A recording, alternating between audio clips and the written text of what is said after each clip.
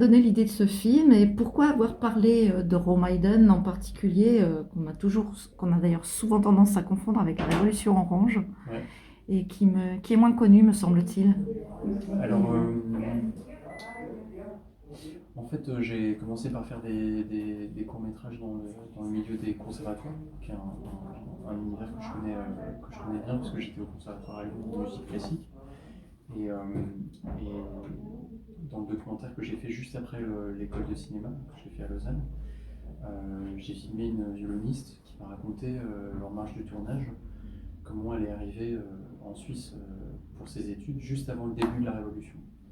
Et à ce moment-là, le trouble avec lequel elle me raconte ça, et aussi la façon dont elle parle des images, comment les images ont imprégné jusque dans sa pratique du violon, ça me touche beaucoup. Je me pose des questions politiques à ce moment-là.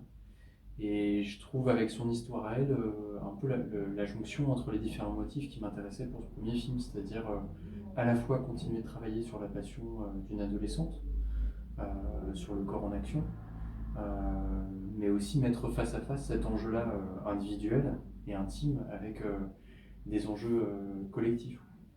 Et, et, et cette révolution, elle m'a paru particulièrement intéressante à observer parce que c'était un fait qui était encore récent à ce moment-là.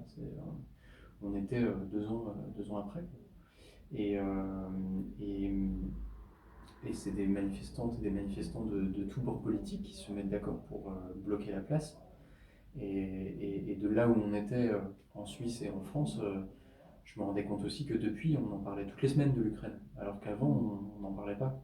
Et que cette situation, étrangement, avait l'air de nous concerner aussi.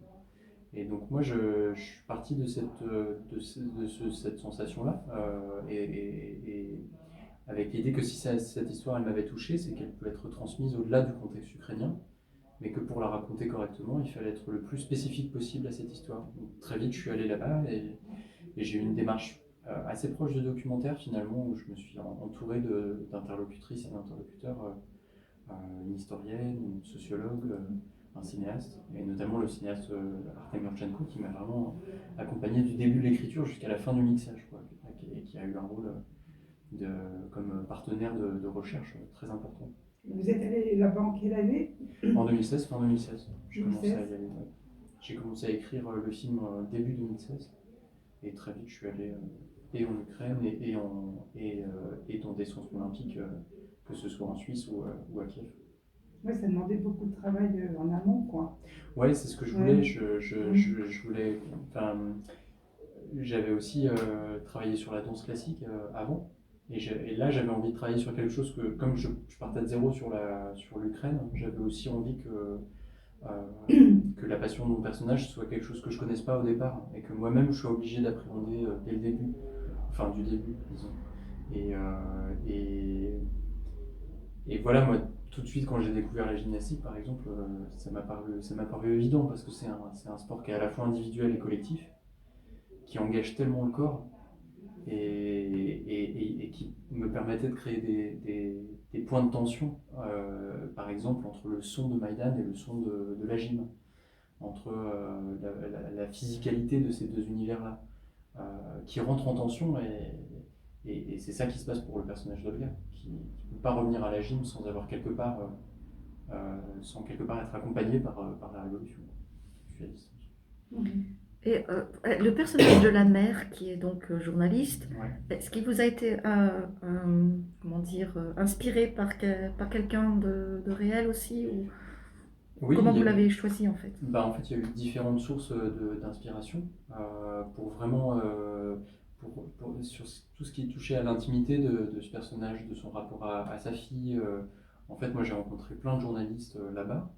Et il y avait une figure qui a été une figure d'inspiration de départ, qui était Tetiana Tchernovol, qui a été violemment agressée pendant Maïdan. Mais après, cette figure-là s'est aussi éloignée, ça s'est aussi accompagné de tous les autres récits que j'ai eus, quoi. L'idée, c'était de montrer une mère et une fille qui sont toutes les deux complètement obsessionnelles de ce qu'elles font, complètement engagées dans ce qu'elles font pleinement, mais juste pas de la même chose, quoi. Et finalement, on peut lire Olga aussi euh, comme étant bien la fille de sa mère en quelque sorte, parce qu'elle elle a le même engagement mais pour quelque chose de très différent. Mais en même temps, elle parle de l'Ukraine. Enfin, elle dit vas-y, maman, va jusqu'au bout. Enfin, elle est aussi engagée pour sa mère. Enfin, elle la pousse aussi à un moment donné. Oui, il y a aussi cette... ben, je pense qu'elle elle veut pas particulièrement en entendre parler de cet engagement-là de sa mère, mais par contre elle a peur pour sa mère, parce Oui, elle a qu'elle peur, ouais. elle sent bien que...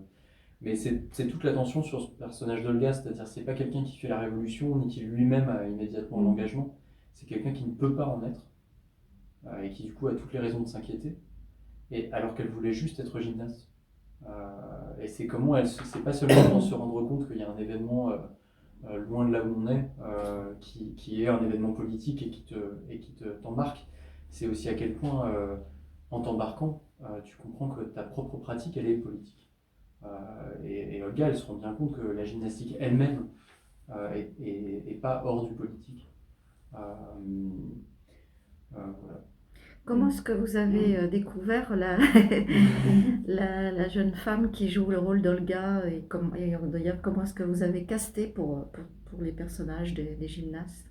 C'est arrivé très tôt pendant l'écriture parce que, un peu comme pour l'Ukraine, pour ce qui concerne la gym, je suis allé dans les centres olympiques et ces personnes qui interprètent les rôles, notamment pour toute la partie suisse, elles ont été consultantes avant d'être interprètes, c'est-à-dire celle qui joue la capitaine, Katarina Barluggio, ou l'amie d'Olga, Théa Broglie. C'est toutes des personnes que j'ai rencontrées très très tôt dans l'écriture. Et effectivement, ces gymnastes-là, c'est des gymnastes de l'équipe nationale suisse. Le coach, c'était le coach de l'équipe nationale à ce moment-là.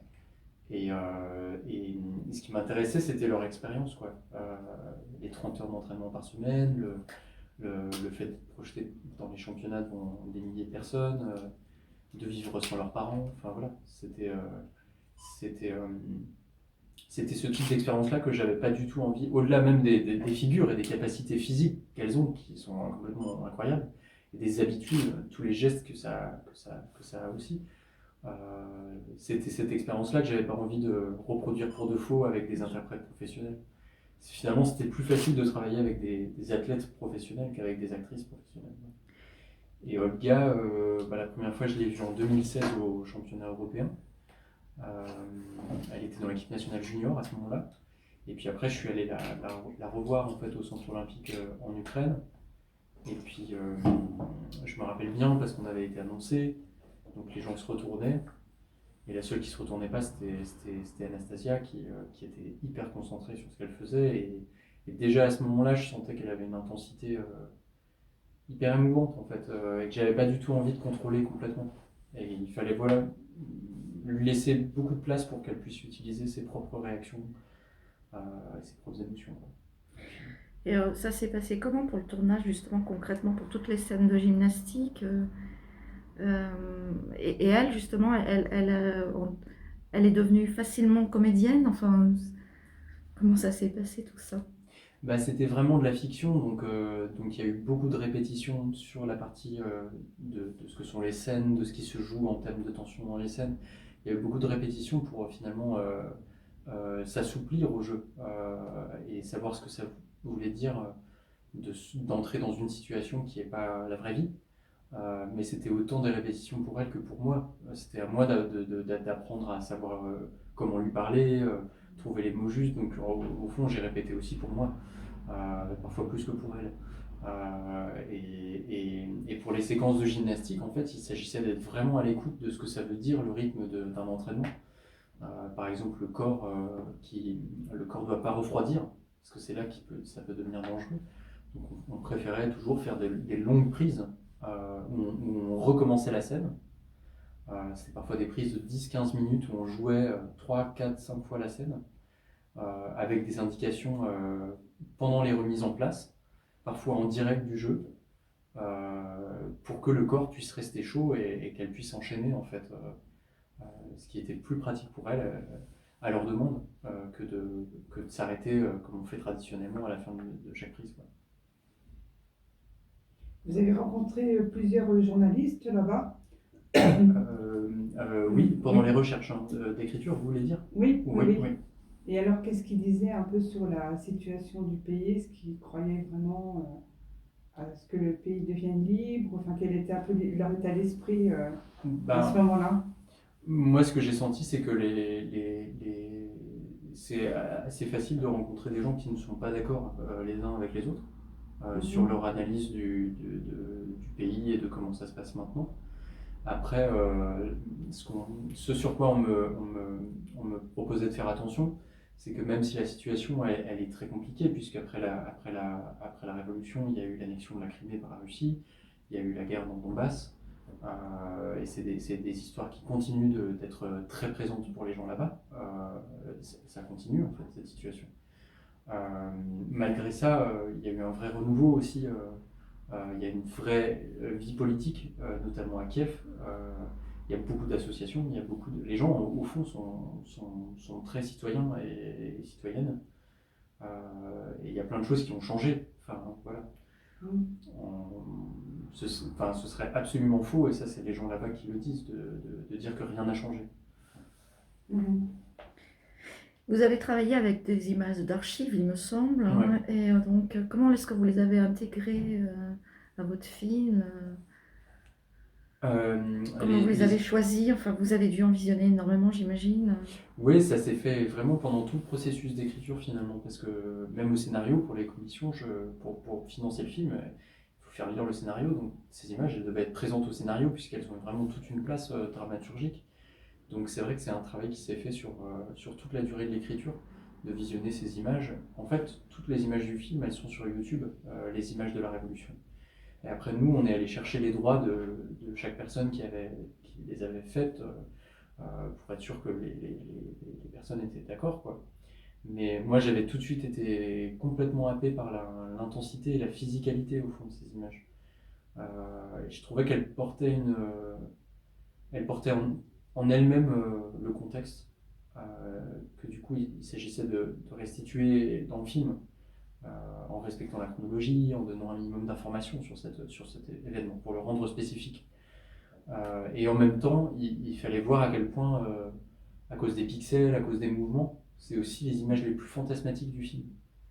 Et qu'elles sont vraiment propres, je crois, à convoquer l'imaginaire d'Olga qui les regarde à distance.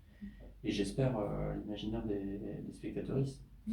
Et donc, voilà, moi je crois que ces images-là, elles ont été le point de départ de toute l'articulation de la mise en scène, c'est-à-dire dans l'articulation de ces images-là, de sa vie et de son quotidien de gymnaste, Olga, elle se retrouve dans un monde complètement flottant, en fait, dans un espace entre deux. Et c'est ça qu'il fallait essayer d'articuler.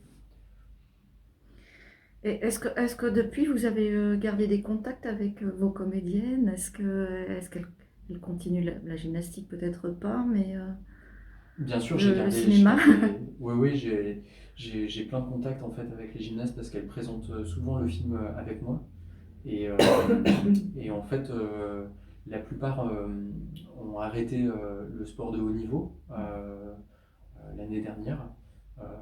Et pour la plupart, elles restent liées au sport. Et voilà, elles font des études pour devenir coach pour certaines, pour devenir médecin pour d'autres. Voilà, donc toujours des choses qui sont liées au corps. Mais pas toutes, hein, d'ailleurs. Il y en a qui font tout autre chose et c'est assez réjouissant aussi de voir que ça les a pas empêchés d'aller vers d'autres. Euh, voilà. Mais oui, je reste en contact avec elle. Anastasia n'a pas souhaité continuer dans le cinéma. Si, elle a l'idée que si une occasion se présente, une bonne occasion se présente, elle le fera et moi je la soutiendrai là-dedans avec tous les outils que j'aurai à disposition parce que je crois vraiment elle a commencé non professionnelle comme actrice sur le tournage, mais le tournage comprenait des dispositifs tellement différents. Ça va vraiment de la scène de cascade à la scène presque documentaire sur la gym. Elle improvise en ukrainien et en russe, elle dit des mots absolument appris par cœur en français. Donc en fait, elle a un panel d'expérience de jeu qui en fait, est assez énorme à la fin du tournage. Et du coup, moi, je pense profondément qu'elle est capable de rejouer dans n'importe quel type de film. Donc, si c'est ça dont elle a envie, je le lui souhaite et je l'aiderai. Vous êtes né à Lyon et qu'est-ce qui vous a fait partir étudier et puis rester pour travailler en Suisse? Je suis parti juste après mon bac, donc j'avais 17 ans et c'est l'année propédeutique qui est une sorte de mise à niveau en art appliqué, enfin qui est un équivalent de la mise à niveau en art appliqué. À cette époque-là, c'est plus tout à fait le cas, mais à cette époque-là, elle était publique à l'ECAL. Donc ça m'a pas coûté plus cher étant lyonnais que de partir à Nantes ou à Paris. Et mes parents, qui sont pas du tout dans le milieu du cinéma, se sont inopinément rencontrés à Bussigny, qui était l'ancien endroit où il y avait l'ECAL, juste en face de l'école de cinéma. Donc comme j'ai formulé assez tôt que j'avais envie de faire des films, l'ECAL a toujours été une option. Et ça me permettait au fond de rentrer dans une école d'art dans laquelle il y a un département cinéma, mais qui est vraiment une école d'art, et d'être sûr que j'allais me poser là-bas des questions de création. Voilà, donc il y a eu un moment d'acclimatation, c'est comme ça qu'on dit. Et voilà, j'ai eu un job en parallèle de mes études pour faire en sorte que ce soit vivable et tout. Et ça m'a beaucoup aidé de faire mes études là-bas parce que la formation est très complète.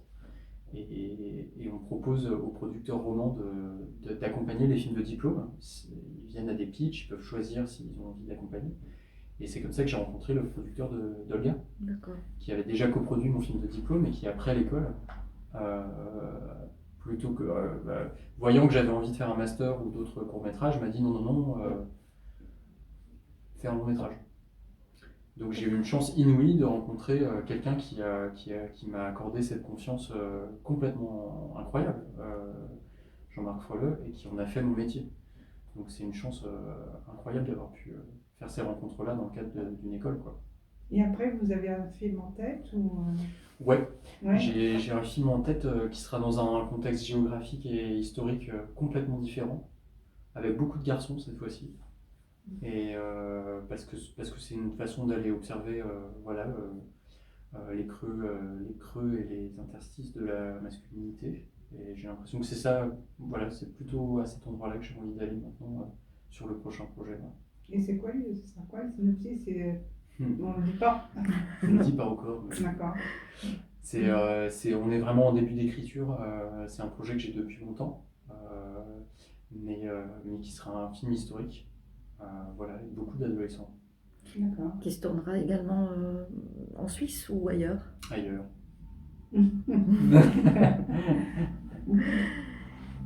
Bien, merci beaucoup. Merci à vous.